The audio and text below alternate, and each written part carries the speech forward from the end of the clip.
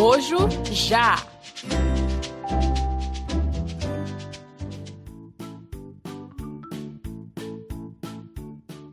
Fala galera, estamos começando mais um podcast Mojo Já.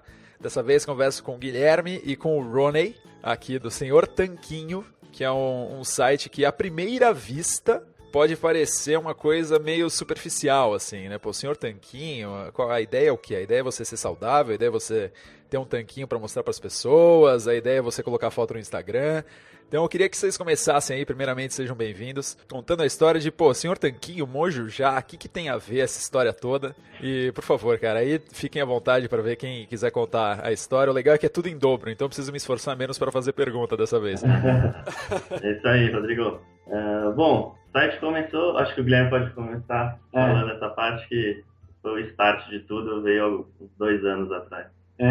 Começou porque... Bom, eu era gordo, sempre fui, minha família sempre teve, pessoas, todo mundo é gordinho e tal, a genética não favorece. Uhum. E ao mesmo tempo eu sempre quis emagrecer, né? Tem muito gordo que, não liga, tá tranquilo. Não, eu ficava incomodado, porque eu gostava de comer comidas saudáveis, que eu achava que eram saudáveis, tipo arroz integral, macarrão integral. Uhum. E nunca deu certo, nenhuma dieta, nenhuma ideia dessas, nunca funcionou pra mim. E tudo começou, então, quando eu morava na Holanda, e eu acabei me deparando com um livro que ensinava uma dieta meio maluca. No caso, o livro era o 4-Hour Body, do Tim Ferriss. Cujo autor também é um pouco maluco. Sim. E a dieta era slow carb.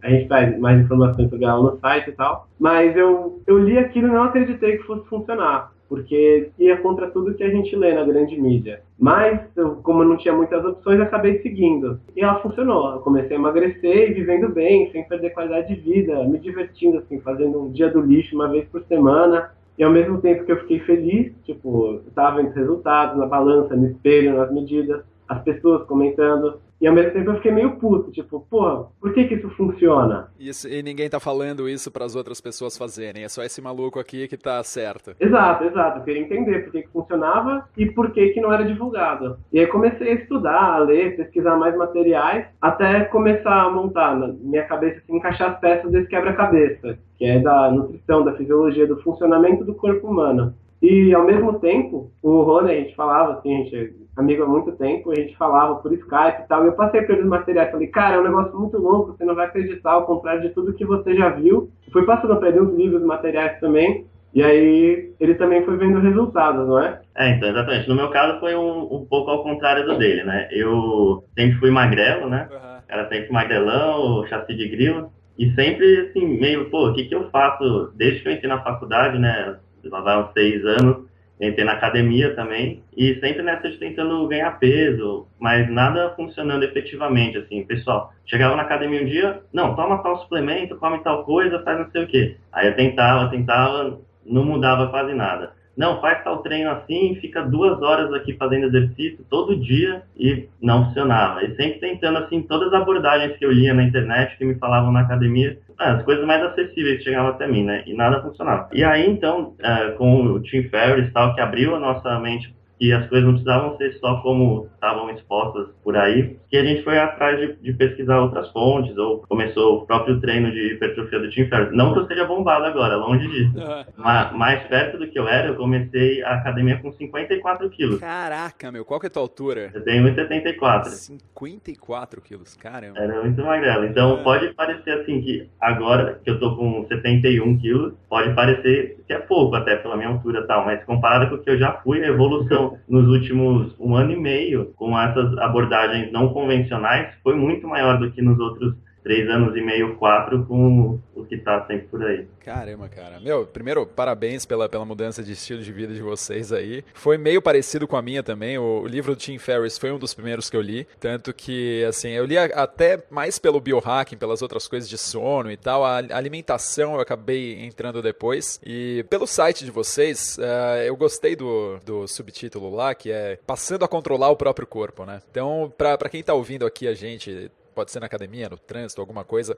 Queria que vocês começassem, por que desse subtítulo, por que é tão importante controlar o corpo? Vamos lá, por que as pessoas devem ligar para isso daqui, segundo a opinião de vocês? Cara, assim, é igual eu falei, eu sempre tentava emagrecer e nunca conseguia, foi a minha experiência direta com o assunto, nunca dando certo. Então, assim, ao mesmo tempo que você conseguia, em que eu estava nessa situação, e que outras pessoas que estão também, tipo, elas dominam várias áreas da vida, resolvem vários problemas, mas tem esse fator que elas não controlam.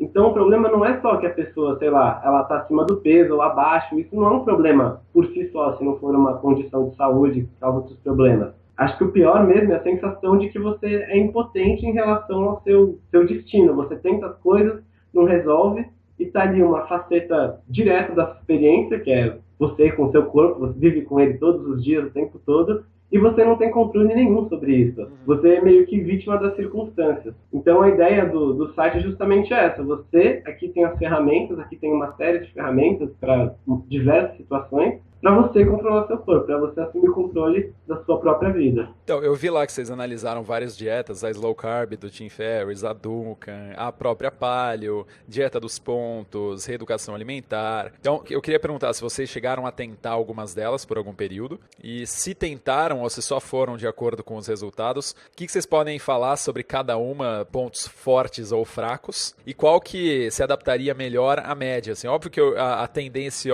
aqui pode ser um pouquinho paleo, porque é a que eu faço, mas a paleo nada mais é do que comida de verdade. Então a gente, até questão de carboidrato e tudo mais, depende de cada um. O Rooney, por exemplo, eu imagino que deva comer muito mais carbo do que eu e o Guilherme, por exemplo. Então, tendo esse conceito em volta, o que vocês diriam que é a dieta ideal para a maioria das pessoas, vamos colocar assim? Bom, é interessante esse ponto que até a gente... Bom, o Guilherme começou com a Slow Carb, eu também fiz um período, assim, para ver como é que era, comer só os alimentos restritos da dieta, enfim. É uma dieta que a gente gosta bastante e que a gente, tem uma primeira vista, acha que pode se adaptar à maioria das pessoas. Tanto porque você não passa fome, que todo mundo quando fala em dieta, mas eu não aguento ficar passando fome. E, bom, essa dieta você não passa fome, assim como na Paleo, na Atkins também. Você tem um dia do lixo, ou seja, você não vai ter que se restringir de comer o que você quer por 3 meses, 1 ano. Você vai toda semana poder comer o que você quer. E a gente falou, nossa, mas é muito interessante essa verdade. Acho que as pessoas não falam porque não conhecem a dieta. Mas, na verdade, depois de um tempo, a gente foi vendo que muitas pessoas têm exatamente a restrição com o dia do lixo, porque elas falam, mas um dia que eu como à vontade, eu não vou conseguir no dia seguinte voltar para a dieta. Então, essa dieta não serve para mim. Ou então, eu não consigo fazer um café da manhã só com feijão e frango, ou não fazer um café da manhã. Então a gente acabou vendo que ela não servia para todo mundo. Acho que o Guilherme até pode falar um pouquinho mais da Slow Carb que ele fez primeiramente. Minha primeira abordagem foi a Slow Carb, foi a primeira que eu efetivamente conheci, e eu achava sensacional justamente o dia do lixo. Outras vezes que eu tinha, eu pesava quase 80 quilos. Eu tenho 1,68 m e era pura gordura, eu não tinha massa muscular, estava numa época assim na academia, e eu tinha chegado a perder 2, 3 quilos em períodos assim, que eu ficava 2, 3 meses sem comer doce, sem tomar uma cerveja, sem nada que eu gostava. E era um inferno a vida desse jeito. Saía da mesa assim, que você ouve por aí, não, tem que sair da mesa com um pouco de fome. Não tem, tem que comer, cara. Seu corpo está pedindo comida e você vai sair da mesa com fome. Eu odiava. Na Slow Carb eu não tinha fome e tinha o dia do lixo, que me ajudou. Toda semana, por exemplo, era quinta-feira, eu estava a fim de comer uma macarronada, um doce, aí eu anotava num papelzinho, assim, não, macarronada, chocolate, e no sábado, que era o meu dia do lixo, eu comia. Aí eu ficava... Pra mim, ajudou muito a aderência na dieta. Outras pessoas, no caso, não dava certo esse conceito. E aos poucos eu fui conhecendo outras dietas e eu fui migrando gradualmente para paleo, até porque eu acho menos trabalho você, sei lá, refogar um legume do que você fazer aquele monte de feijão e lentilha que o Tim Ferriss fala para comer. Na época eu morava na Holanda, lá não tinha panela de pressão, então dava mais trabalho ainda. E fui mudando para comida de verdade. Ao mesmo tempo, conforme o tempo foi passando, eu fui sendo um pouco mais flexível com a paleo. Eu sei que, por exemplo, se um dia na semana eu comer uma pizza tradicional, não uma pizza, sei lá, que você faz com ingredientes mais otimizados, eu sei exatamente quais medidas eu posso tomar no outro dia ou nos próximos dias para minimizar o impacto disso sem prejudicar a minha vida social, por exemplo. Então, acho que essas duas dietas, para a maioria das pessoas, até por elas não terem estrutura em fase, não terem muitas complicações em termos de regra, elas são bem diretas. Ao mesmo tempo que elas têm mais restrições de grupos de alimento, porque você não pode ter tudo ao mesmo tempo. A slow carb e a paleo, acho que elas são mais adequadas para a maioria das pessoas. Uma coisa que é um pouco discutido ali com relação ao slow carb e a paleo é basicamente a questão dos feijões, né? A proteína que o Tim Ferriss coloca de manhã, o 30 before 30, né? Que ele fala. Isso daí também é um pouquinho discutível, tal, mas bem menos do que o feijão. Essa é uma daquelas coisas que o Dr. Souto ele defende também, a questão de não comer por causa das lectinas, de tudo mais. Se você for fazer, deixa o feijão na panela lá um tempão e tudo mais. Porém, é uma daquelas áreas mais... tem tanta coisa sendo falada por uma coisa pequena que, comiam, não comiam e tudo mais. Então, a slow carb, ela tem essa questão do feijão, inclui, e poxa, pra quem tá mudando de comer processado pra feijão, isso aí é... uma revolução tremenda, não? Nossa, não tem nem o que falar, né? Algum de vocês ainda mantém esse dia do lixo ou não? Então, eu acabei com o tempo, ele acabava sendo um pouco, conforme eu fui me adequando a comer alimentos, mais comida de verdade mesmo, ele foi ficando muito pesado um dia do lixo. Eu como bastante quantidade, é um dos problemas que sempre me levava a ter que eu seria gordo pra sempre. Isso não mudou, igual. Mas eu vou no restaurante por quilo, aí eu vou ver o preço assim, é o preço do quilo, o preço do prato. E eu achava que isso nunca ia ter uma solução, mas então, conforme eu fui mudando, me adequando mais a comer alimentos de verdade, um dia do lixo só com comidas lixo acabava me fazendo muito mal, não no dia seguinte. E eu fui então minimizando e acabo às vezes fazendo uma refeição do lixo, ou comendo o que eu tenho vontade, tipo, não preciso mais oficializar um dia por semana, porque a dieta já não é mais tão estrita, mas se eu vou comer algum alimento que é mais rico em carboidratos, em açúcares e tal, eu prefiro no dia de treino, de preferência num horário ao redor do treino, que você facilita o particionamento de nutrientes no seu corpo, dessa maneira.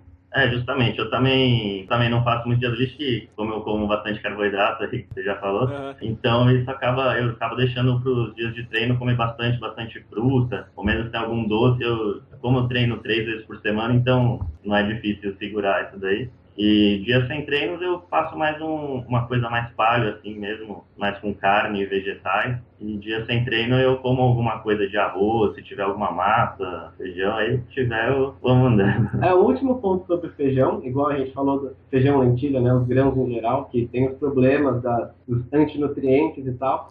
Ao mesmo tempo, tem uma nova linha de pesquisa assim, dizendo que teria benefícios em termos do tal do amido resistente. Mas é bem controverso também essa pauta. Eu acho que, igual você disse, acho que eu disse tudo aí, é brigar por coisa pouca. Não tem por que brigar se o estilo de vida dessas pessoas, independente do nome da dieta, tá muito alinhado. Vocês acham que acaba, por exemplo, primeiro eu ia falar que essa evolução aí de ter o dia do lixo e depois parar, depois entender que, eu me sinto bem durante a semana e o dia do lixo me faz ficar mal e tudo mais. Eu já vi histórias bem parecidas. Eu, inclusive, comecei não no próprio slow carb, eu não seguia aquela, mas era uma paleo que tinha um dia do lixo, que era geralmente o domingo.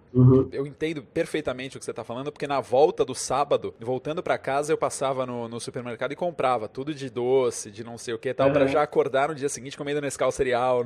Então, eu tinha essa cabeça e tudo. E fazendo isso, eu cheguei ali, eu cheguei a pesar 90 quilos. 1,81. Então, essa mesma composição corporal de você lá. E aí, cara, fazendo isso, comendo direito na semana e um dia de lixo e tal, eu cheguei ali no 76, 77. Só que, aí eu fiquei magro. Aí eu comecei a comer um pouco mais e tal, e hoje eu tô aqui no 81, 82 e tal, com uma composição diferente. Não tenho tanquinho.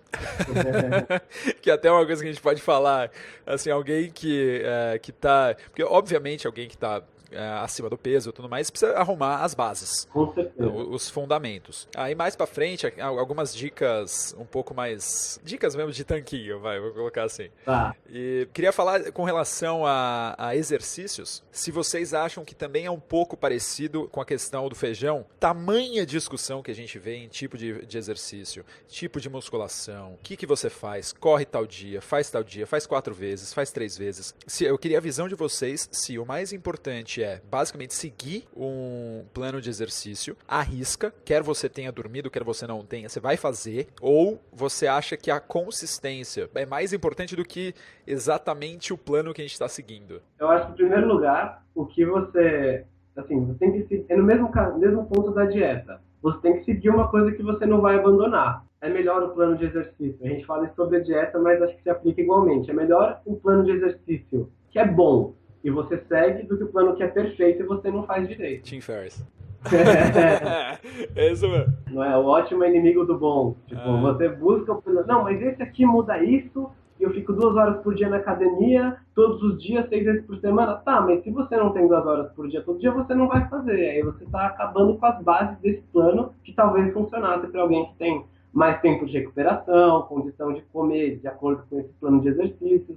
Isso é até interessante, né? Porque quando eu me propus a entrar na academia, sempre eu me dediquei bastante. Então eu já fiz vários tipos de treino que o pessoal passava, mas sempre levando à risca tudo. Que é nesse caso que a gente começou falando aqui, né? Que é mais importante você levar à risca do que ser o treino perfeito. Então eu já passei por todos os treinos, levando eles à risca. E eu acho que também, além de você ter que seguir o plano certinho ao que você se propôs, não importa se é 1 ou 6 vezes por semana, você também tem que ver o que mais se enquadra ao seu corpo também, né? Ou ao seu tipo de alimentação. Porque, por exemplo, eu já cheguei a ir 5 a 6 vezes por semana na academia, fazendo não menos que 1h30 de treino. E isso não serviu para mim, definitivamente. Eu tentei durante bastante tempo, isso que é a abordagem mais comum, né? Que você encontra nas academias dos personagens mesmo da academia. Você chega lá sem fazer nada, você vai perguntar para quem, né? O personal, que vai passar o mesmo treino para mim, que tenho 54 quilos, para ele, que tem 80, e para outra mulher de 50 anos, que está lá só fazendo fisioterapia. A diferença é que para mim ele ia passar 1 hora de esteira depois do treino. Para mim era só meia hora, porque era para aquecer, né? E aí, depois que eu comecei a tentar outras coisas, eu vi que essa abordagem que deu mais resultado para mim foi um treino de menor volume, menor quantidade de vezes na semana, porque como eu tenho tendência, sei lá se é boa essa palavra tendência, mas a ser magro, então um treino de menor volume eu desgastava menos na academia e indo menos vezes por semana eu tinha um maior tempo de recuperação. E esse plano é o que está dando o melhor resultado até hoje de todos. Continuando nesse tópico, eu não gosto de correr, não gosto de andar de bike assim, por esporte nem nada. Eu morei na Holanda, bike é um meio de transporte, mas assim, ficar lá numa bicicleta ergométrica 1 hora, seja ouvindo música, ouvindo podcast, mesmo assim, é tipo um saco. Pra mim é um saco. Pô, nem o meu podcast, cara. É uma exceção, né? Mas assim, ele deixa a bike menos pior, mas não me faz gostar também. Beleza. Prefiro ouvir no trânsito, em casa, sei lá, fazendo alguma outra atividade que me dê mais prazer. Além do tempo que isso consome, né? Ficar lá 1 hora fazendo exercício e tal, eu não gosto. E eu achava que esse era o jeito de emagrecer. Tipo, ver aquele pessoal magro que corre todo dia e falava, logo, se você corre muito, tem que emagrecer. E no caso, então, hoje em dia, eu gosto de andar, assim, mas descompromissadamente, não gosto de ficar numa esteira infinito tempo. Então, o treino que eu faço hoje em dia, já que acho que era meio esse viés da pergunta, eu vou na academia, faço treino de musculação mesmo, 2 a 3 vezes por semana, depende também da agenda que não é muito fixa. E nos outros dias, assim, se possível, se eu tô com tempo, se eu tô num lugar diferente e tal, eu gosto de caminhar, até para ver o ambiente, eu gosto de caminhar, assim, descompromissadamente. E acho que esse é um caminho, assim, se eu tivesse todo o tempo do mundo e toda a disponibilidade de exercício do mundo, eu continuaria desse esquema, fazendo um pouco de caminhada por dia, assim, ao ar livre e tal, e academia 2, 3 vezes por semana, não mais do que isso.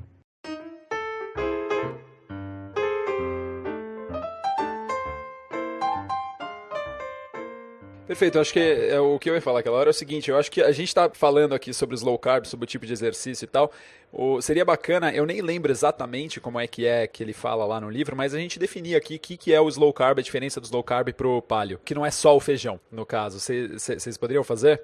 Assim, o slow carb ele é baseado em 5 regras básicas e depois o Tim Ferriss, né, ele separa alguns pontos mais sutis.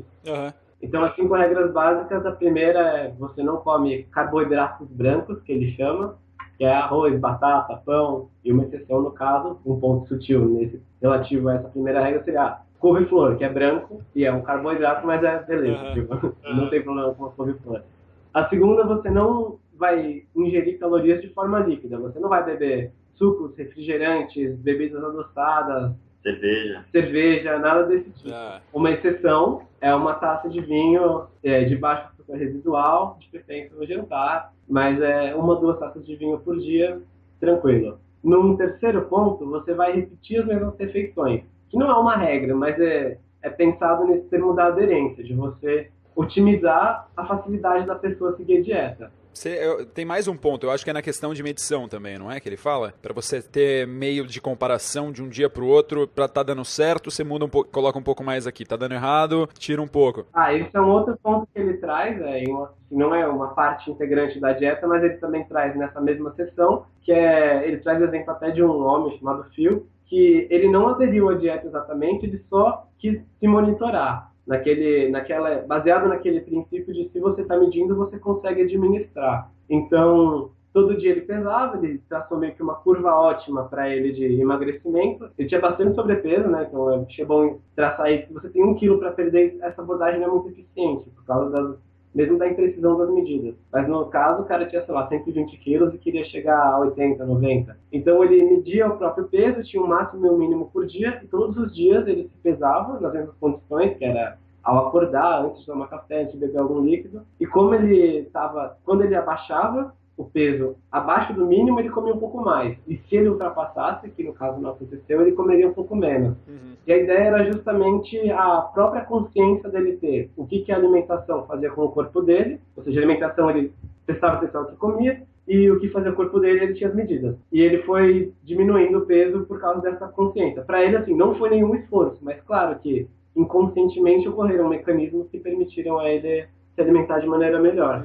Um jeito é falar que tinha uma parte da cabeça dele que estava separada para todo dia pensar na questão do peso e na questão do controle alimentar sendo medido. Então, você já tendo esse controle, automaticamente você vai desenvolver hábitos que têm a ver com essa parte que você separou da cabeça. Vai. Sim. Acho que é esse o ponto mesmo. Então, a gente tem, vamos repetir. O ponto 1 é? O ponto 1 é de não comer os carboidratos brancos. O segundo, de não repetir as calorias. O terceiro, repetir as refeições, que não é exatamente uma regra, é para maximizar a aderência. Porque se você, toda refeição, tiver que parar e pensar, ai meu Deus, o que eu vou comer agora? Talvez seja mais difícil seguir a dieta, até por não se lembrar de uma lista enorme, permitidos, não permitidos, ou de você simplesmente falar, não, toda refeição é uma proteína, um grão, no caso, feijão, lentilha e tal, e vegetais, só. Então fica muito mais fácil para as pessoas nesse ponto de montar o cardápio. Assim. Economiza força de vontade também, né? Exato, que é um recurso limitado, como a gente sabe também. E no quarto ponto ele fala para não comer frutas, que é uma coisa um pouco controversa, mas a gente entende, no nosso entender, não é necessário você não comer frutas para sempre, mas pode ser útil numa fase inicial de qualquer dieta que você está tentando controlar os níveis de insulina, até porque as pessoas muitas vezes comem fruta sozinho, no meio da tarde, por exemplo, que elas estão com a insulina baixa, ela come só a fruta, aí já eleva, já dificulta o controle. E a quinta regra, que é a nossa favorita, é o dia do lixo. Dia do lixo. Essa a quarta das frutas é uma das coisas que eu mais vejo a galera falando lá fora. É o problema que tem de colocar no mesmo grupo frutas e legumes, né? Isso é uma coisa que a gente vê toda hora quando vem do governo e tudo mais, frutas e legumes, 12 porções por dia e tudo mais. E vocês tiraram, eu falo experiência própria, eu tinha tirado fruta total. Cara, chegou num ponto de que à noite eu falo, pô, uma maçãzinha vai bem. E aí eu vou lá, como uma maçã e tal, e eu vejo que eu fico muito mais satisfeito do que se eu pegar um cookie ou alguma coisa assim desse. Então, ainda é um carbo, mas você tá meio que tratando o teu organismo pra lidar com isso. Hoje vocês comem. O Ronnie, eu acho que nunca parou de comer fruta. Falando um pouco assim, porque assim, tem gente, depois eu quero passar pra você, Ronnie, porque esse é um problema que eu não tenho, e até peço perdão que eu tô até um pouco mais relate com o Guilherme, mas eu queria o teu lado de colocar de crescer, de usar essa alimentação pra crescer. Eu sei que não é o problema de todo mundo, mas eu queria o teu ponto. Primeiro, se vocês comem frutas e o seu ponto com relação a esse tipo de dieta. Bom, sim, eu como fruta bastante, principalmente nos dias de treino, como eu falei, bastante banana e salada de fruta, assim. O que tem aqui de fruta, normalmente é maçã ou pera. E, bom, eu fiz um tempinho de slow carb, mais pra ver, como eu falei, né, mas me restringindo mais a feijão, o frango, lentilha. Comi em bastante quantidade, mas basicamente o ponto agora, o que eu faço é comer alguns carboidratos, mas sempre tentando focar nos carboidratos de menor índice glicêmico. Até tem um cara que a gente acompanha, um personal sueco, né, nutricionista chamado Martin Bergman, que ele faz uma abordagem de Lean Gain. É o do jejum, né? É, isso, dos ganhos magros, né? E é bem interessante também que ele faz essa divisão em dias de treino e não treino, que é onde você come mais carboidratos, ou então menos carboidratos e mais gorduras no lugar, né? E eu faço um pouco dessa abordagem mesmo. Nos dias de treino eu foco nos de baixo índice glicêmico, como, sei lá, batata doce, ou de vez em quando até banana de fruta, apesar de talvez fugir um pouquinho disso, ou sei lá, algumas coisas integrais, como o arroz, que também é um pouquinho, o índice glicêmico um pouco menor que o arroz normal, e esse tipo de coisa para ajudar mesmo aí na composição muscular, né? E nos dias sem treino eu foco mais realmente nos legumes, vegetais e carnes com gordura, essas coisas. Não fico tirando a gordura, bastante ovo, esse tipo de coisa. Uma pergunta que eu vi lá que vocês analisam suplementos também. Esse é um assunto que eu ainda não toquei muito no podcast. Eu, particularmente, não costumo tomar tanto whey, creatina e tudo mais. Creatina é uma coisa que eu tenho colocado de vez em quando, mas eu queria ver se vocês têm, assim, vocês usaram bastante suplemento, quais? E quais vocês acham que é a maior roubada aí de tomar? Acho que no caso o Rony pode falar muito mais de suplemento, até de outros que não estão no site, porque igual eu tentei de tudo e nas dietas ele tentou de tudo para ganhar massa, né?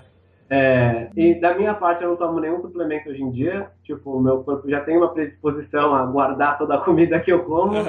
Não é exatamente um problema ganhar massa, então eu não tomo nenhum também. Uma época, foi logo na época da low carb, eu quase cheguei a tomar, tipo, termogênico, alguma coisa assim. Eu ia comprar, aí eu olhei, tava meio caro, assim, que um monte de gente falava no meu vídeo, não, é o único jeito, é o único jeito. Aí eu ia comprar, tava meio caro, falei, não, vou tentar a dieta, se ela não der certo, mas deu. O melhor é sempre pelo natural. Você vai cuidar na raiz, você não vai forçar teu corpo a ir contra o que ele tá tendo que fazer de acordo com o teu estilo de vida, né? Então, a melhor opção é sempre essa. Bom, e do meu lado, eu falei também, sempre fui tentando assim pelo senso comum e sempre à base de suplemento. Logo que eu comecei a academia, eu comecei a tomar massa, né? Aqueles suplementos horríveis com os nutrientes bem duvidosos, tem um monte de quantidade de carboidratos, gordura e proteína que você não sabe de onde vinha, mas com bastante caloria. Eu tentei isso daí no começo, aí depois de um tempo eu já migrei pro whey com malto, ou só whey, whey com creatina, sempre essas coisas, e não tinha muitos resultados, tá? Não mudava assim drasticamente. Comecei a tomar, nossa, uma diferença. Então, na verdade, eu acho que eu joguei muito dinheiro fora com isso. E atualmente, que foi nos últimos 1 ano e meio, 2, que eu tive mais resultados, eu não estou tomando suplemento. Esse ano eu comprei albumina, mas só para alguns dias que eu acho que eu não me alimento assim, muito bem. Às vezes eu falo, às vezes faltou um pouco de proteína, aí eu vou lá e tomo essa albumina antes de dormir, sei lá, qualquer horário. Eu não acho que tenha assim, um horário realmente ideal para você tomar suplemento. Eu acho que qualquer horário seu corpo vai precisar daquele nutriente. Então é só para isso, só para assim, tapar um buraco que a alimentação talvez não tenha coberto naquele dia. Ou seja, não dá para depender deles para fazer o trabalho que você não está fazendo com você mesmo, né? Acho que esse é mais ou menos o ponto. Sim, você começou a porcaria, não adianta com o suplemento você tomar, você vai ter resultados inferiores de alguém que come direito e não toma nada. Vocês mudaram alguma coisa de tipo de vida também, estilo de vida, de sono, vocês monitoraram alguma coisa assim, entrando um pouco mais no lado biohacker do Tim Ferriss, vocês fizeram alguma mudança, não? Sim, o sono, nesse ponto ainda tem muito que melhorar, eu durmo muito, já tive épocas em que eu dormi muitas horas por dia, assim, por conta do estilo de vida na época, por exemplo, quando eu estava na Holanda, eu tinha aulas e lá, tipo, tudo é perto, você não tem trânsito para os lugares, e a aula lá, eles estão envolvidos, começa 15 para as 9 da manhã, não é tipo igual aqui, sei lá, 7 horas você está na faculdade, então você leva 1 hora para chegar, então eu dormia muito mais, e, sei lá, 10, 12 horas por dia, e já teve épocas que, assim, por períodos, tipo, 20 dias seguidos, dormindo menos de 4 horas. E com certeza, as diferenças em termos de humor, de cognição, de capacidade de absorver informações, de resultado no treino, de fome ao longo do dia, são muito, muito diferentes. Então, não posso dizer que eu medi com nenhuma nenhuma acurácia científica, né? Até porque justamente os períodos que você dorme 4 horas por dia, o estresse não vem só do seu sono, é alguma coisa externa que está te forçando a ficar acordado por 20 horas. Então também acho que não tem uma validade científica muito grande. Mas certamente tem muito impacto. E se eu pudesse, dormiria 8 a 10 horas por dia fácil, todos os dias. Acho que o tempo que você passa acordado com esse estilo de vida tem muito mais qualidade do que o tempo que você passa acordado quando você dorme muito menos. Isso que você falou, eu vi agora uma notícia há pouco tempo sobre os empreendedores lá do Vale do Silício. E, cara, a maioria deles, de Jeff Bezos lá da Amazon pra cima, tudo mais, os caras estão cada vez dormindo mais, protegendo a joia que é o sono. Então, e eles fazem, é tudo com intensidade, até, inclusive, o sono. Então, eles dormem com intensidade ali, as 8 horas são meio que sagradas, para que eles possam produzir o dia inteiro. Parte do trabalho é dormir bem, entendeu? Então, tendo dito isso, cara, a mesma coisa do que eu falei com vocês antes de começar aqui, é o 10º dia seguido que eu vou chegar em casa hoje também, depois das 11. Tô dormindo pouco também e tudo mais, mas eu tenho o meu reloginho aqui que eu traquei o sono, então tá sempre aqui, parte da minha cabeça tá sempre olhando aqui e falando, meu, vai chegar a hora, tô tranquilo, por enquanto tá bem, tá. Quando eu sinto alguma coisa, passou do limite, hoje não, relaxa, descansa, fecha lá modo avião, 10 horas da noite para acordar no outro dia bem. Então, você tá sempre pensando nisso daí, não necessariamente medindo, mas... Sim. Algumas medidas que eu acho que ajudam também, pelo menos para mim, embora não seja tipo, um foco tão grande quanto a alimentação e tal, da minha parte, algumas medidas que ajudam para dormir melhor, que muitas vezes eu tô, tipo, de noite, eu não tenho sono. Eu tenho muito sono de manhã, acordo cedo, eu fico ali morto a manhã inteira, mas de noite eu não tenho sono. E umas coisas que ajudam a descansar melhor é justamente desligar as luzes, os dispositivos eletrônicos e tal. Muitas vezes, por exemplo, eu falo, não estou com sono, mas tudo bem, vou deitar agora cedo, apagar tudo, desligar o celular, desligar o computador e ler um pouco. Tipo, por exemplo, no Kobo, né, eu gosto muito do e-reader, ele tem uma luz que não é igual a dos iPads e tal, é uma iluminação frontal, que também não tem aquele impacto todo na melatonina e tudo mais. E falo, bom, porque se eu não dormir, se eu ficar 1 hora demorando pra dormir, pelo menos 1 hora que eu tô fazendo alguma coisa, em vez de ficar 1 hora rolando na cama, 1 hora no computador com produtividade quase nula. Isso que você falou, cara, de ficar rolando na cama e tudo mais, é uma questão que, cara, eu, vez por outra, principalmente agora dormindo pouco também, passo, que é nada mais, nada menos do que um descompasso do cortisol, né? O cortisol, historicamente, foi feito para que esteja alto de manhã, e durante o dia vai diminuindo até chegar a hora que a gente boceja e vai dormir. Sim. Só que pelo estresse crônico do dia a dia, esse cortisol, primeiro, ele não desce, ele sempre se mantém alto, porque a gente está fugindo de tigres do leão e o dia inteiro lá que a gente está tendo esse estresse. Ele não tá baixo quando a gente vai dormir, e de manhã, como a gente não se recupera, ele também não tá alto, ele tá baixo. Então a gente está exatamente no oposto, com o cortisol baixo, e aí a gente precisa estimular ou dar algum tranco para funcionar, e aí já começa a subir de novo e tal. É complicado, cara. E isso que você falou de dormir, um truque também, vocês são bons de inglês também, né? Sim. Morou na Holanda e tudo mais, só por ter essas informações. Audiobook antes de dormir. Deixa lá, coloca no sleep timer de 30 minutos e fica ouvindo um audiobook, de preferência ficção. Sim. Coloca tudo escuro, audiobook, 30 minutos até desligar, e você fica lá viajando, só com a cabeça prestando lá e, dorme na hora, cara. Perfeito. Vou tentar essa. Boa técnica. Essa é uma boa, pra você não ficar lá segurando o negócio, lendo e tal. E se for ler também o óculos laranja, né, que isso daí dá uma boa ajuda. Queria entrar numa pergunta que, bom, vocês passaram pela jornada toda. O mais difícil de toda essa jornada, eu queria saber pros dois aí qual que foi. A parte que vocês falaram, puta, não vai rolar isso daí, eu vou apelar pro termogênico, ou vou tomar mais da massa. Bom, da minha parte, nunca aconteceu esse ponto de vou apelar e tal, mas aconteceram, tipo, eu tava pesando quase 80 quilos e tal, e fui emagrecendo aos poucos, e foi um processo natural, tipo, os primeiros 6 meses foi um grande impacto, também tá de mais líquido e tal, e fui ganhando um pouco de massa magra com o tempo também.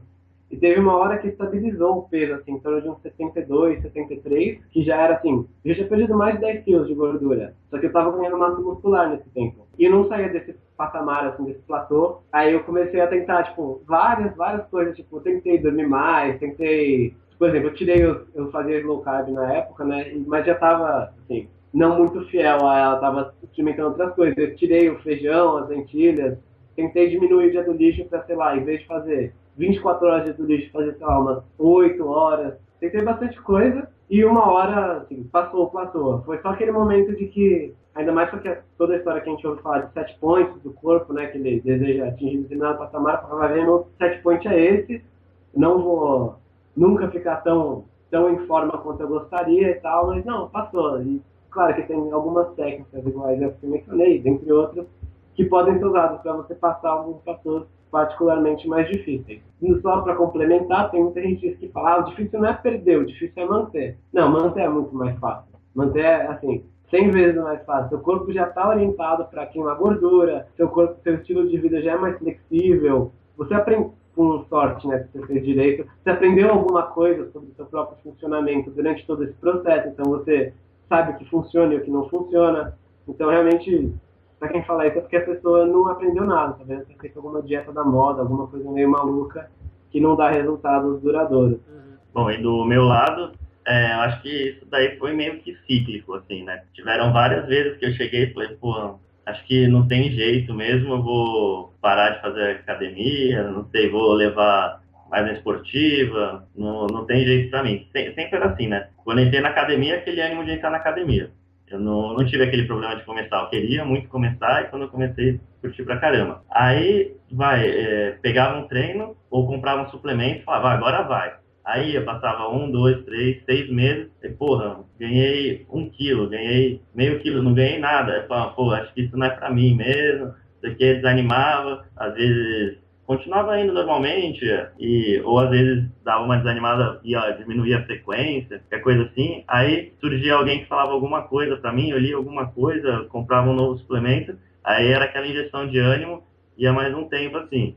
Mas no fim das contas, não só eu acabei descobrindo as coisas que trouxeram um pouquinho mais de resultado, como eu peguei tanto gosto pela academia que hoje eu nem me vejo, não vou muito, né? Eu gosto de 2 a 3 vezes também, não vou mais. Só que eu não deixo de ir, porque eu gosto muito, já é meio que, sei lá, uma terapia, tá lá. Muito desestressante, bem gostoso. É perto de casa também, né? Que acho que conta bastante. Um ponto sobre a academia também, para mim, quando eu era gordo, eu tentei por 1 ano e pouco fazer academia. O que aconteceu foi que eu ganhei massa magra e muito mais massa gorda, porque eu comia igual me ensinaram a comer na academia. E eu odiava ir pra lá, era tipo 1h30, 2 horas por dia, assim, pra mim eram perdidos, era mó chato. Ficava doendo tudo depois, tipo, todos os dias ficava doendo, não tinha tempo de se recuperar, então, tipo, você carrega tal coisa pra mim, sei lá, vai carregar as compras, levar pro carro, pra casa, e tava tudo doendo o braço, eu pensava, pô, mas que negócio imbecil, né? Eu malho pra ficar forte e fica mais difícil pra mim carregar as coisas que eu preciso. Tipo, eu achava muito imbecil, eu odiava pra lá, todo dia eu ia, mas eu ia todos os dias que dava, ou seja, não ia quase nunca. Porque sempre, hoje não dá, hoje eu dormi pouco, hoje não dá, hoje eu tenho coisa pra fazer, hoje não dá. E agora, diminuindo a frequência e o tipo de treino também, que ele é mais intenso e de menor duração, como tem um intervalo maior entre as sessões, como às vezes você fica 2 dias sem ir, aí quando é hora de ir, tipo, então, tá bom, vou treinar hoje, não importa o que, tipo, justamente, tipo, como você faz menos disso, enjoa menos, e o treino é mais dinâmico também. É a questão da intensidade, né? Aqueles treinos lá que demoram 1h30 e tal, chega uma hora que você realmente precisa estar ouvindo alguma coisa, você precisa estar se distraindo. Quando você faz um de meia hora, máximo, assim, 20 minutos, de 20 a 40, né, que é o que a gente vê aí, cara, é tudo tão forte, é tudo tão intenso, é que nem o HIIT. Se você for, o treino de alta intensidade, né? Se você for correr 1 hora, pô, tua cabeça tá lá, virando e tal. Se você for dar um tiro de 1 minuto a cada 1 minuto e meio, a cada 2... Cara, você fica no período de recuperação, você fica só se preparando pro tiro, né? Você fica lá tal. Então isso faz uma grande diferença. A questão da intensidade, você acaba fazendo a academia por fazer a academia. Sensacional. Eu queria, uma das últimas perguntas que eu tenho aqui pra vocês o que mudou?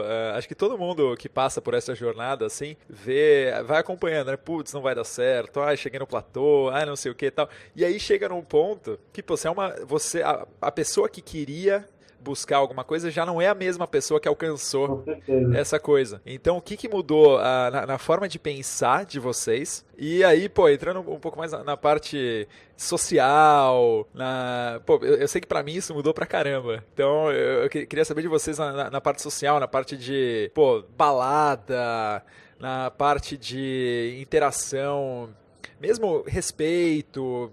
É diferente você ver a pessoa te olhando como querendo ou não, a nossa sociedade tem isso. E a gente se sente mal. Então eu queria saber, ser olhado como um gordinho, como não sei o que e tal, na sociedade do selfie, de tudo mais. Queria saber dessas mudanças aí na vida de cada um de vocês. Então, assim, pra mim a mudança foi muito, muito extrema, assim, de desconforto mesmo, de você, sei lá, ir pra uma festa, pra uma balada, você tem aquela roupa que você olha no espelho e não tá bom. Por quê? Porque eu sou mó gordo e tenho, sei lá, uma barriga e uns peitinhos e um braço mole. Tipo, não, eu achava uma bosta. Não, de verdade. Não sei se pode falar palavrão, desculpa. Manda ver. Eu coloco no R, rated R. Beleza. Então, mudou pra caramba e tal, mas ao mesmo tempo, psicologicamente, o que foi vendo, tipo, que a sociedade, como você falou, era preconceituosa porque ela acha o quê? Pra emagrecer você tem que comer menos e caminhar mais, correr mais, sei lá, alguma coisa desse tipo. Ou seja, só é gordo quem é preguiçoso. E você descobre que tem muitos gatilhos hormonais, muitas coisas que não fazem a equação ser tão simples quanto calorias in, calorias out. Orientações erradas, né? Orientações erradas. Tipo, a sociedade vende um modelo de aparência e a fórmula que ela ensina não leva a esse modelo. E a pessoa fica culpada e consumindo mais das coisas erradas, né? Exato. Ela se culpa e a sociedade culpa a pessoa também. A sociedade diz, você é gordo porque você quer, porque você é relaxado. Mas porque a informação tá aí, tá? A informação errada, mas tá aí. No caso, então, mas ao mesmo tempo, pra gente, como a gente viu que a maior parte das pessoas que não estão na forma que elas desejam, que não vivem uma qualidade de vida tão bem quanto elas desejariam, não tá aí por culpa delas, por falta de vontade nem algo do tipo, mas sim por falta de informação, a gente parou dessa culpabilização, assim, de quem é muito magro, muito gordo, porque a pessoa simplesmente não foi orientada, ela não tem culpa nenhuma disso. E justamente esse lado psicológico, ao mesmo tempo que você virar o senhor tanquinho, a referência para você virar um tanquinho. Tipo, vários colegas meus viram, mas e aí, eu tô fazendo tal coisa, o que você acha? Tipo, o tempo todo. E é muito legal você poder ajudar as pessoas, mas, tipo, a gente tem um Instagram, por exemplo, a gente posta foto dos nossos pratos de alimento e tal. A gente nunca posta foto da gente sem camisa na frente do espelho, porque acho que isso não agrega nada pra ninguém. Tipo, ninguém vai ficar, olha só como ele tá em forma. Tipo, não é um problema. Olha o tanquinho do senhor Tanquinho. Né? Tipo, o que tu vai ensinar pra vida dela? Nada, agora você mostra, olha, esse aqui é um típico prato que eu como depois de um treino. Que legal, olha só, isso pode servir pra mim. Então, a ideia é mesmo passar para as pessoas essa liberdade que você tem de viver de uma maneira melhor, de viver tanto sem a culpa, sem viver nesse conjunto de regras rígidas que as pessoas falam, não pode isso, não pode isso, tem que fazer isso, tem que fazer isso. Você não tem essas regras tão rígidas, quanto do lado psicológico de você saber que mesmo se um dia, talvez, sei lá, por alguma circunstância externa, você acabar engordando 2, 3 quilos, tipo, inesperadamente, você sabe voltar. Você tem o controle do seu corpo, que é o primeiro ponto que a gente falou. Você tem os fundamentos, né? Exato. Eu acho interessante essa questão na parte psicológica, assim, de alguns aspectos, né? Primeiro, que a gente passou a questionar as coisas e pesquisar informações muito mais. E não ouvir a primeira coisa que vomitam na televisão ou no rádio pra gente.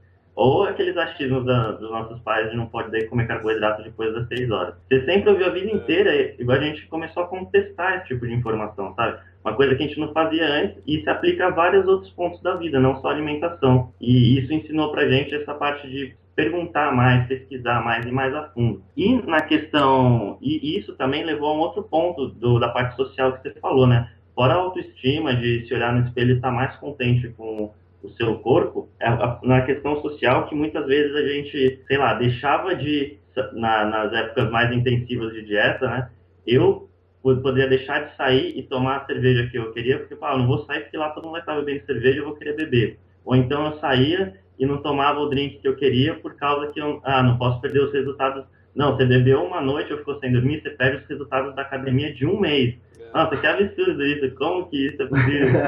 E no caso do Guilherme, eu acredito que seja a mesma coisa com dieta. Não vou naquela reunião porque vai ter batata frita, eu não posso. Isso mudou legal pra gente, assim, que agora a gente sabe que pode aproveitar, ao mesmo tempo sem perder os resultados, né? E do que adianta você ter o corpo que você quer, estar feliz consigo mesmo, só que sem poder sair de casa. Só sai para trabalhar e volta em casa e fica assim, não, vou seguir minha dieta certinho, não vou comer nada fora. Tipo, qual que é o custo-benefício disso? Entendeu? Não vale a pena, sei lá, na minha visão, não vale a pena você ter o corpo dos sonhos sem poder aproveitar a vida, né? Se você quer ter o corpo justamente para ter autoestima, para aproveitar mais a vida, entendeu? Então, isso foi uma coisa legal que a gente aprendeu também nessa jornada toda.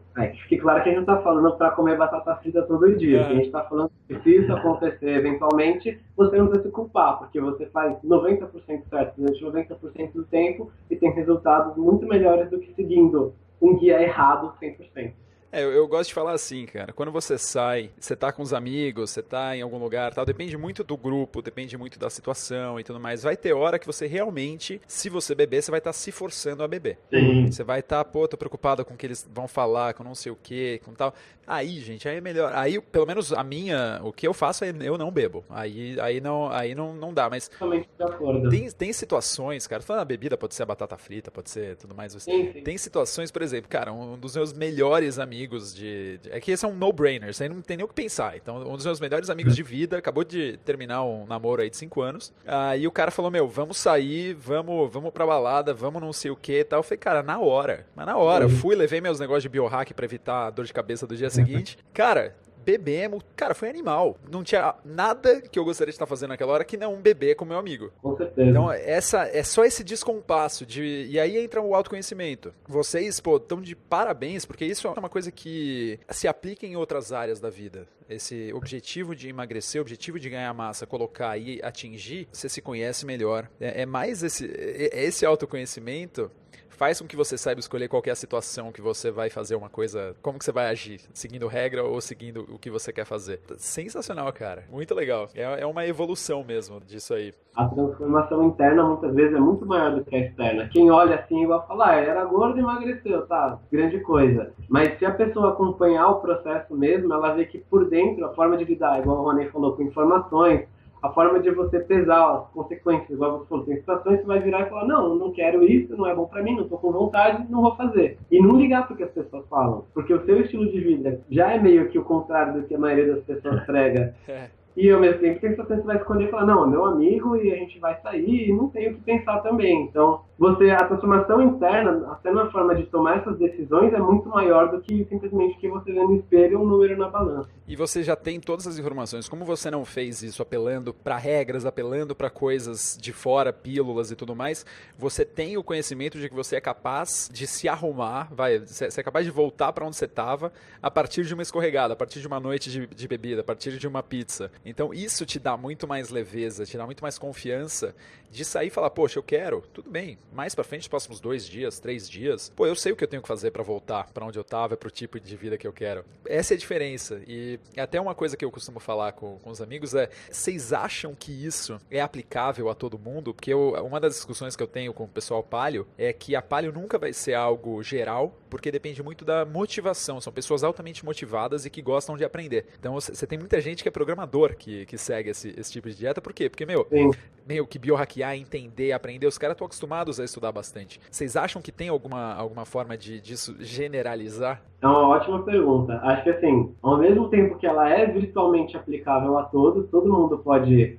As pessoas podem, às vezes, não querer estudar tanto e, por exemplo, como hoje em dia a paleo é uma dieta muito mais consolidada do que quando ela foi criada lá, Lauren Corden, Mark Sisson, todo mundo que foi trabalhando para criar um corpo de conhecimento sobre a dieta paleo, esse corpo já existe, já está pronto. Se você quiser, você compra um livro com regras e segue as regras. Então, mesmo para essas pessoas, talvez seja possível. Por outro lado, acho que sim, o fato de você sair do conhecimento que está na mídia ou que é repetido para você em forma de mitos desde que você é pequeno, desde que você se entende por gente, isso exige esse pulo, esse salto de qualidade assim, de aprendizado, ele é necessário sim. Então, mesmo que você seja um cara que não é tão hacker quanto um programador, quanto alguém que gosta de estudar, gostou a vida inteira, acho que é possível você, dando esse salto inicial, você seguir as regras e simplesmente observar, tipo, isso mudou pra mim. Talvez eu não queira aprender mais, mas eu vou seguir isso. E ao mesmo tempo tem pessoas que vão preferir ficar com outras dietas ou com outros caminhos, tipo, a gente, no caso, reconhecendo que para algumas pessoas a melhor regra, a melhor recomendações, a gente, tipo, tem até um recurso que a gente mesmo criou, que é, tipo, um livro com um teste que a gente fez, que ajuda você a escolher, tipo, qual que é a dieta certa para você. Ele, basicamente, você coloca informações do seu estilo de vida, o que você gosta de comer, o que você, por exemplo, não fica sem, o que você... Alguns dados, alguns inputs do seu estilo de vida, ele diz assim, dentro dessas dietas que a gente analisa no site, tem os prós, contras, tem as listas de alimentos, tem tudo lá. Claro, isso aqui é melhor para você não largar, que é aquele ponto que a gente falou inicialmente. Mas eu acho que sim, qualquer um que tem interesse em transformar a sua própria vida, no caso, qualquer um que esteja ouvindo seu podcast nesse exato momento, a pessoa já tem aquele algo a mais de buscar as informações. Agora, como isso é difundido para o grande público, já é um problema um pouco mais amplo. Essa é a pergunta de $1 milhão, de $1 bilhão aí, né? Bom, gente, queria agradecê-los aqui. Para fechar, tem aquela perguntinha básica do final do episódio, mas eu queria juntar primeiro 3 livros que vocês aconselham as pessoas que estão querendo começar nesse caminho. Quais seriam? Vamos fazer essa daí e aí vem para a última, que na verdade vão ser 6 pontos, hein? Nossa. Vamos lá, os livros. Acho que o primeiro, já bastante citado aqui, foi o For Our Body. Realmente foi o start de tudo e acho que pode ser o start para muita gente. Ele é acessível, fala bastante coisa que as pessoas, que é aplicável para todo mundo, ou que pelo menos todo mundo poderia saber, né? Não faz mal a ninguém. Ele tem muitos pontos, assim, muitas abordagens, né, no biohacking, na dieta, sei lá, se quiser correr, quiser ficar mais forte, tem assim, vários pontos. E acho que o interessante dele, para quem tem esse viés de aprendizado, igual você falou, é justamente que ele desafia convenções. Ele diz para você, não, isso é possível, tem gente que faz, tem gente que dá certo assim. E isso é um bom start. E vale lembrar que tem em português, né? 4 horas Sim, para o corpo. Para o corpo. Acho que é isso. Um outro livro que eu gosto bastante, quer dizer, é um pouco assim, o autor é um pouco mal falado pelo seu viés extremamente assim, fatalista, mas eu gosto do Gary Taubes também. Why We Get Fat and What to Do About It. Tem em português, eu não sei o título também. Por que engordamos e o que fazer, alguma coisa assim. Deve ter alguma coisa assim. E o que mais você recomendaria assim? Talvez o Poder do Hábito, mas aí eu não é tanto a parte de especificamente de dieta, mas que é com certeza aplicável a esse ponto, né, de dietas, exercícios. Bom, os hábitos são a base de tudo, né? É difícil escolher ainda mais se já tendo 2 de peso, assim, que a gente colocou, escolher um terceiro que complemente. O Poder do Hábito é uma boa. Acho que para quem quer um programa, assim, do início ao fim, e que tem uma historinha também, aquele Man 2.0, é do John Maniello, esse aí. Não é o do Alpha Man? Do Engineering de Alpha, sim. Também é interessante, assim, para quem não tem muita noção e tal. Outro talvez seria esse que a gente falou que a gente fez, chama Dieta Definitiva, que a gente explica para as pessoas o lado psicológico, de pessoas que gostam de regras, pessoas que não gostam, dietas que tem mais burocracia, que tem que contar calorias, tem um monte de chatice, que tem menos, umas que restringem mais, alimentos que restringem menos. Acho que uma boa opção chitar o nosso. Para quem está procurando uma dieta, acredito que é uma boa solução mesmo. A gente explica cada uma das dietas e explica um pouquinho assim o que você deve levar em conta na hora de escolher, né? E para você não abandonar ou não fazer meia boca de dieta. Perfeito. Agora, queria que vocês deixassem aí as 3 orientações, 3 sugestões que vocês acham mais importantes. Pode ser biohack, pode ser alimentação e tudo, para as pessoas que querem performar melhor na vida, seja a forma que for. Como eu falei, a gente está com 2 aqui, vão ser 6. Então, o mais importante é quem de vocês vai antes, porque fica mais fácil. Vamos alternar, então, cada um, para ficar mais... Boa, gostei. Beleza. Bom, eu vou dizer que o primeiro ponto é a alimentação. Não só para você performar assim, cognitivamente, tal, que a gente sabe que tem esses efeitos, mas também por causa de autoestima e de que, como você sempre vê no seu corpo a sua vida inteira, é bom que você tenha um que te agrade. Bom, eu acho que uma coisa é você começar... Eu ia falar dos exercícios, né, mas eu acho que é um pouco mais abrangente do que isso. É a parte de você contestar o que sempre chega a você, até achar o caminho que é melhor para você, sabe? Não é que você não tem que seguir nada que te falam e contra tudo, não. obviamente você vai ter que seguir alguma coisa. Você pode ter seus palpites e arriscar no que você achar, mas sempre está questionando e pesquisando os pontos que você tem dúvida até achar o caminho ideal. No caso, isso pode ser aplicado aos exercícios, né? Sempre você está pesquisando, vou fazer 2 horas de esteira por dia, não vou fazer nada de esteira por dia, mas eu vou comer da maneira certa. E você vai vendo o que é melhor para você. Outro ponto que a gente mencionou é do sono, acho que a gente tratou dele anteriormente, igual você falou, Jeff Bezos e cada vez mais outros empreendedores e outras pessoas que têm essa necessidade de performar reconhecem a importância do sono e a gente que não vai ir contra ele. Quem somos nós? Exato. Não é esse o ponto é que realmente é importante. Sim. Um outro ponto deixa eu ver.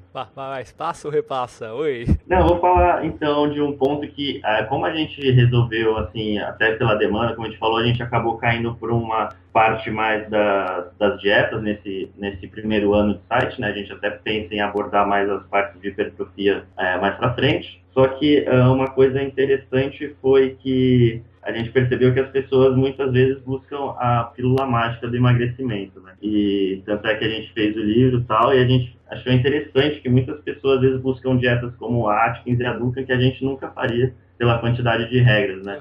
Mas, então que a gente acaba, no fim, até soltando material sobre a dieta Atkins para facilitar a vida dessas pessoas que buscam isso. Então, o que eu ia falar é que às vezes não existe bem a pílula mágica, mas que as coisas que já tem coisas consolidadas muito boas e basta você... Não consegui expressar muito bem. A questão é que não tem pílula mágica, né? Não tem pílula mágica, mas igual a gente falou do exemplo lá, será que vale aplicar para todo mundo? Não sei se todo mundo tem interesse de buscar e entender por que isso é melhor, por que isso faz com a insulina, o que faz com o seu hormônio e tal, como que isso é absorvido pelas suas fibras musculares, o que é cetose, o que é não sei o que. Talvez a pessoa não tenha esse interesse, mas no mínimo existe conhecimento que pessoas já compilaram e está acessível mesmo para quem não quer estudar, para quem só quer emagrecer e ver um pouco melhor. Não é todo mundo que tem esse viés, igual a gente falou, de estudar e tal, embora nós três aqui tenhamos, e com certeza quem está ouvindo também tem essa vontade de conhecer as coisas a fundo.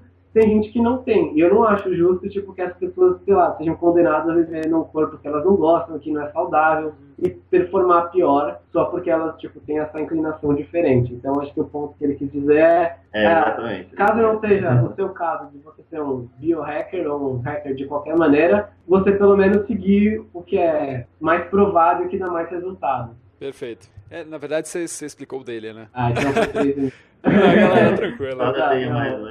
A outra coisa de simplesmente persistência também, acho que você ter os seus objetivos e não ser demovido pelas palavras, pelas ideias das outras pessoas, que muitas vezes elas querem o seu bem, sei lá, você fala, é um exemplo clássico que daí quando eu comecei a dieta low carb, eu comia lá com o pessoal, o meu almoço era um sanduíche de pão integral, queijo e presunto. Aí eu falei, vou começar uma dieta para emagrecer. Dia seguinte cheguei com um pote assim desse tamanho, cheio de frango, feijão, cara, de brincadeira que isso é para emagrecer.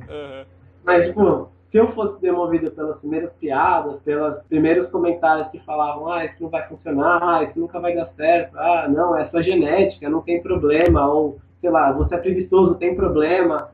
Enfim, eu nunca teria visto essas mesmas pessoas 3 meses depois. Ui, como é que é esse negócio aí, essa dieta aqui? Cara, isso dá pra fazer analogia com tanta coisa, cara. O que eu penso agora é o mundo dos negócios. O tanto de coisa que a gente quer fazer na vida e que a galera fala, não, tá maluco, isso não vai dar certo, isso não sei o quê. E depois que você tenta, dando certo ou não, você é uma pessoa melhor. Sim, você aprende muito, mesmo que você fale. E você com certeza tem o processo, né? Não é o objetivo final, não é deu certo, não deu, mas é o processo todo. E você pegar e fazer as coisas. Eu acho que cria uma resiliência e outras qualidades internas que podem ficar pro resto da sua vida. E eu acho que o último ponto que eu considero bem importante nessa questão de dieta, não só dieta, mas começando na dieta, é que você não pode se tornar escravo dela e, apesar de todas as dietas ter um período de maior restrição, eu acho que o ideal mesmo todo esse processo da jornada é você conseguir transformar isso no seu estilo de vida, sabe? Usar a dieta para se conhecer melhor, ou a academia, ou o que quer que seja, ou mesmo os negócios, você conseguir se conhecer melhor para ir com o tempo transformando isso no estilo de vida. Hoje eu comi, não vou deixar de comer a pizza, amanhã eu compenso. E conseguir fazer isso, usar a dieta para você viver melhor, com mais qualidade e com um corpo do jeito que você sempre quis, né? E associar isso ao seu estilo de vida. Perfeito, gente. Não podia ter fechado melhor aqui. Quero agradecer vocês mais uma vez pelo tempo. Todas as ideias foram compartilhadas aqui. E queria que vocês deixassem o contato, o endereço aí do Sr. Tanquinho, o nome do livro lá, como é que eles fazem para acessar também. Bom, é nosso e-mail, que vocês podem estar enviando, a gente responde sempre que possível, contato@senhortanquinho.com. O site senhortanquinho.com. O senhor é SR, né? Não, é por isso. É senhor mesmo, senhor também. É senhor. E o nosso livro é Dieta Definitiva. E tem um subtítulo que a gente criou também, que é o método certeiro. Para encontrar a dieta ideal para você. Perfeito. Mas dieta definitiva, se você buscar, você encontra. Lá no site tem um texto que explica os motivos que você não emagrece. No final a gente apresenta o livro e como que ele endereça esses pontos. Muito bom. Guilherme, Roney, mais uma vez, obrigado pela participação de vocês aqui no podcast. Eu que agradeço, Rodrigo, aí, pelo convite. Muito obrigado pelo seu tempo, obrigado pela nossa insistência aqui em marcar esse podcast, né? Demorou um pouquinho. É a resiliência. Resiliência. Não falta nos dois lados aqui. É verdade. Beleza. Obrigadão, Rodrigo. Galera, espero que vocês tenham gostado também de mais essa entrevista. E valeu, até a próxima. Abraço. Mojo Já!